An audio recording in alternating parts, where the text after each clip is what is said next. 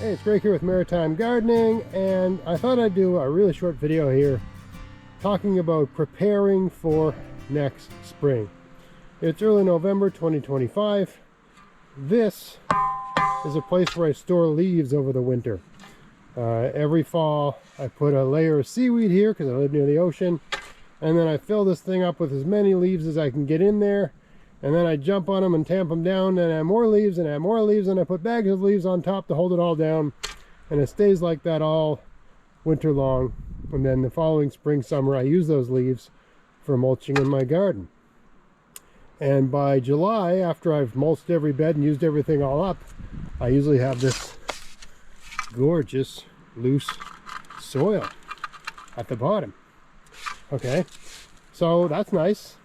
And as I showed in a recent video, I don't know if it's up yet or not, you can actually in late July plant something in this bed. I planted potatoes because this is outside my fenced gardening area, and there's only so many things I can grow outside the garden because otherwise it gets attacked by rabbits, porcupines, and deer. Oh my. So I grow potatoes because for whatever reason all my wildlife leaves potatoes alone. But before I fill this up with leaves, right, this is the time of year to start getting, your neighbors are kind enough to put them in bags and put them at the end of the driveway just for you. They make gathering mulch, free mulch, really easy by putting it in bags for you. Before I do that, before I fill this up with leaves and seaweed and stuff and other compostables, I like to take a bunch of this and stick it in a couple buckets like that. And the reason I do this is so next spring, and I'll put these buckets inside my gardening shed so they're not getting rained on and stuff like that. Okay, so I mean, there's going to be some worms in there, there's going to be some life in there, and it's going to continue to work away and break down until about December, when it gets so cold everything just goes dormant. Okay, but the reason I store these indoors is so they don't fill up with water. Okay, and the reason I put these aside is that next spring, early spring, when I'm planting things like lettuce, spinach, parsnips, right? They're really tough things that you can plant first week of April or even late March sometimes. I can use this soil for planting, right? I could run this through a screen right now, but I usually don't bother because I just want to get this done. And by not screening it right now, that means there's even more organic matter in there, so that whatever composting is going to happen in this bucket between now and when things get too cold to compost, right, I'm still getting a little compost action in that soil. But mainly it's just because I'm feeling lazy. I've been busy all day and I just want to get this done. Right, so I'm going to fill the buckets up, not putting no lids or nothing like that. I just fill the buckets up, stick them in the gardening shed next to the lawnmower, and forget about them until next April.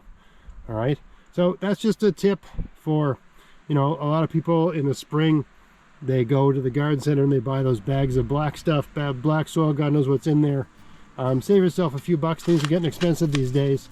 You know, if you got something like this, where you get all this lovely leaf mulch and all this sort of nice stuff, just throw that in there. That's going to be great stuff for planting in the spring. Full of nutrients, as good as a fertilizer in my opinion. All right, so I hope you found this video interesting. If you did, please like, share, subscribe. Until next time, get out there, get at it, have fun in your garden. Thanks for watching.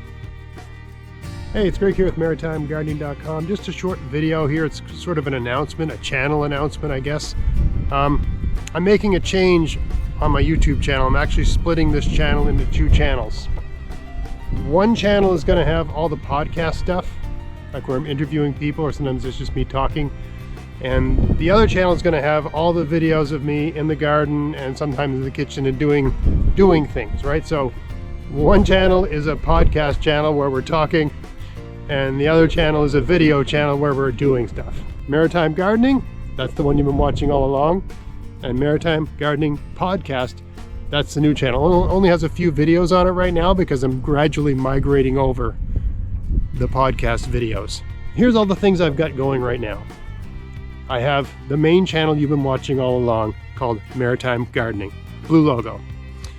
I've got the new channel, Maritime Gardening Podcast, brown logo.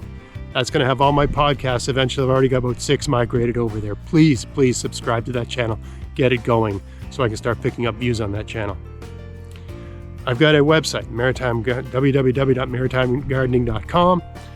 That warehouses all of my podcasts, and you can download them for free there if you want to download them. Of course, I got a Facebook page and an Instagram page and a X page, all that crap. But also, I have a Substack page where it's called maritimegardening.substack.com, where I put out a new article every week. Once in a while I miss a week because life's hard and writing 1,000 words a week requires a little effort. Okay, but please, if you haven't subscribed to that, subscribe to that too. And if you really want to help support the channel, become a paying subscriber to my Substack channel. Even if you just become a paid subscriber for 1 month, that's something. That's a lot. Okay, you can become a paid subscriber for a whole year and get like a deal, or just subscribe for 1 month. All of that helps. Believe me, it helps.